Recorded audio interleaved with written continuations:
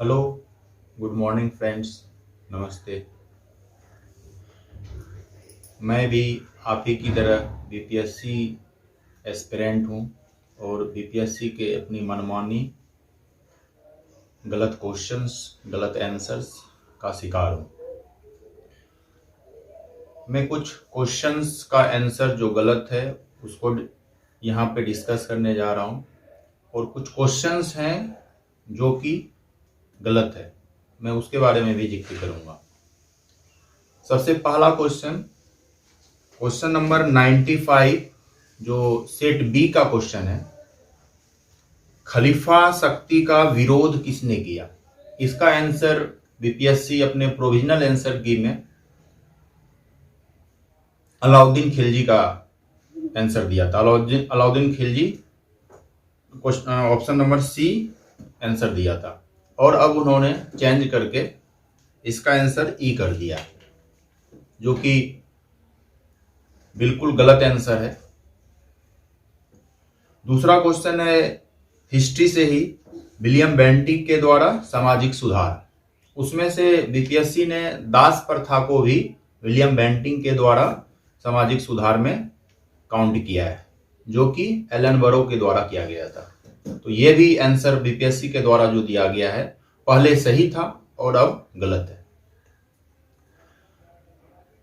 तीसरा question white metal, question number 48 of booklet series B. White metal school के बच्चे भी जानते हैं कि वो प्लाटिनम है, पैलेडियम नहीं, जो कि बीपीएससी ने आंसर दिया है प्लाटिनम एंड पैलेडियम बोथ। तो ये भी आंसर गलत दिया गया है बीपीएससी के द्वारा। फोर्थ क्वेश्चन है प्रधानमंत्री सिंचाई योजना। इसमें बीपीएससी ने कंस्ट्रक्शन ऑफ वेल को नहीं काउंट किया है। अगर आप गवर्नमेंट साइट पे जाइएगा और प्रधानमंत्री सिंचाई योजना के बारे में पढ़िएगा तो उसमें क्लियरली लिखा हुआ है कंस्ट्रक्शन ऑफ वेल भी प्रधानमंत्री सिंचाई योजना का पार्ट है, जो कि बीपीएससी ने नहीं कंसीडर किया है। यह भी आंसर गलत है। पांचवा क्वेश्चन है क्वेश्चन नंबर 113, जिसमें इंग्लिश वर्जन में जो क्वेश्चन है वो कुछ और लिखा हुआ है, हिंदी वर्जन में जो क्वेश्चन है उसमें कुछ और लिखा हुआ है। इंग्लिश वर्जन में जो क्वेश्चन है वो मैं आपको पढ़ के सुनाता हूं। Which elements are abundant in the formation of interior layer of the earth? तो यहां पे interior layer of the earth केवल बोल रहा है, तो इसमें मेंटल कोर सब आते हैं।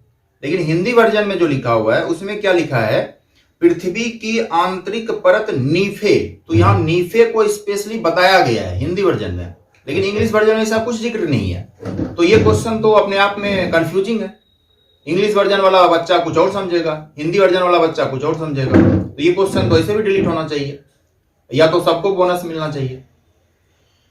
नेक्स्ट क्वेश्चन है noble metals, question number 49 set B.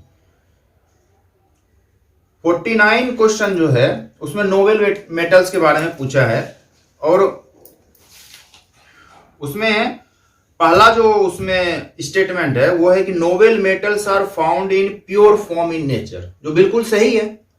और दूसरा जो है वो है uranium and lead are examples of noble metal. तो बीपीएससी ने केवल सेकेंड स्टेटमेंट को ही सही माना है और फर्स्ट स्टेटमेंट को नहीं। तो ये क्वेश्चन भी, इस क्वेश्चन का भी आंसर बीपीएससी ने गलत दिया है। नेक्स्ट क्वेश्चन है G20 समिट। G20 समिट ये ऐसा क्वेश्चन सेट किया गया बीपीएससी के द्वारा जिसका या तो क्रेडिट सबों को मिलना चाहिए या फिर इसको बाहर कर देना चाहिए, डिलीट कर देना चाहिए। क्योंकि क्वेश्चन जब सेट हो रहा होगा उस समय इसका आंसर क्या होगा, जम्मू एंड कश्मीर। और कुछ दिन एग्जाम से कुछ दिन पहले इसका सेंटर चेंज कर दिया गया G20 समिट का और वो दिल्ली बना दिया गया। तो ये क्वेश्चन भी अपने आप में कंफ्यूजिंग है कि बीपीएससी का ऐसा रवैया है कि ये कभी कुछ आंसर कंसीडर करता है, कभी कुछ आंसर कंसीडर करता है। तो ये क्वेश्चन भी उसी में से भी है, ये भी क्वेश्चन डाउटफुल है।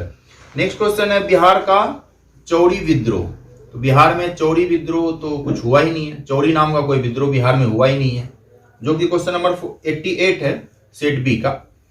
तो चौरी विद्रोह नाम का कोई विद्रोह नहीं हुआ है बिहार में, तो इसको भी डिलीट करना चाहिए या क्रेडिट सभी एस्पिरेंट्स को मिलना चाहिए।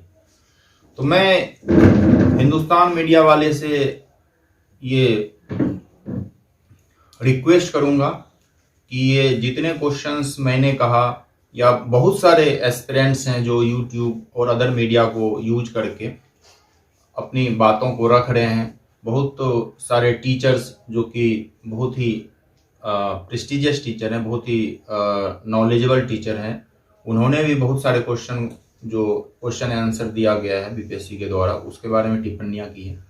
तो वो सबों को कंसीडर करके हम ये कहेंगे कि इसको बीपीएससी चेयरमैन साहब के पास ये सारे बातें जो है, ये सारी बातें उनके पास जाना चाहिए और उन्हें इस सभी बातों पे कंसीडर करके, सभी बातों पे पुनर्विचार करके फिर से जो सही कट ऑफ है और जो सही आंसर है उसके बेसिस पे रिजल्ट जारी करना चाहिए। और मैं चेयरमैन सर से एक और रिक्वेस्ट करूंगा कि एटलीस्ट आप 8 to 10% रिजल्ट जो है वो जारी करें पीटी में, ताकि जेन्युइन स्टूडेंट, जो अच्छे स्टूडेंट और हैं, उनको मौका मिले मेंस लिखने का, और उसमें से एक हेल्दी कंपटीशन होगा फिर, और उसमें से जो अच्छे बच्चे आएंगे वो फिर बिहार डेवलपमेंट के लिए कहीं ना कहीं अच्छे साबित होंगे।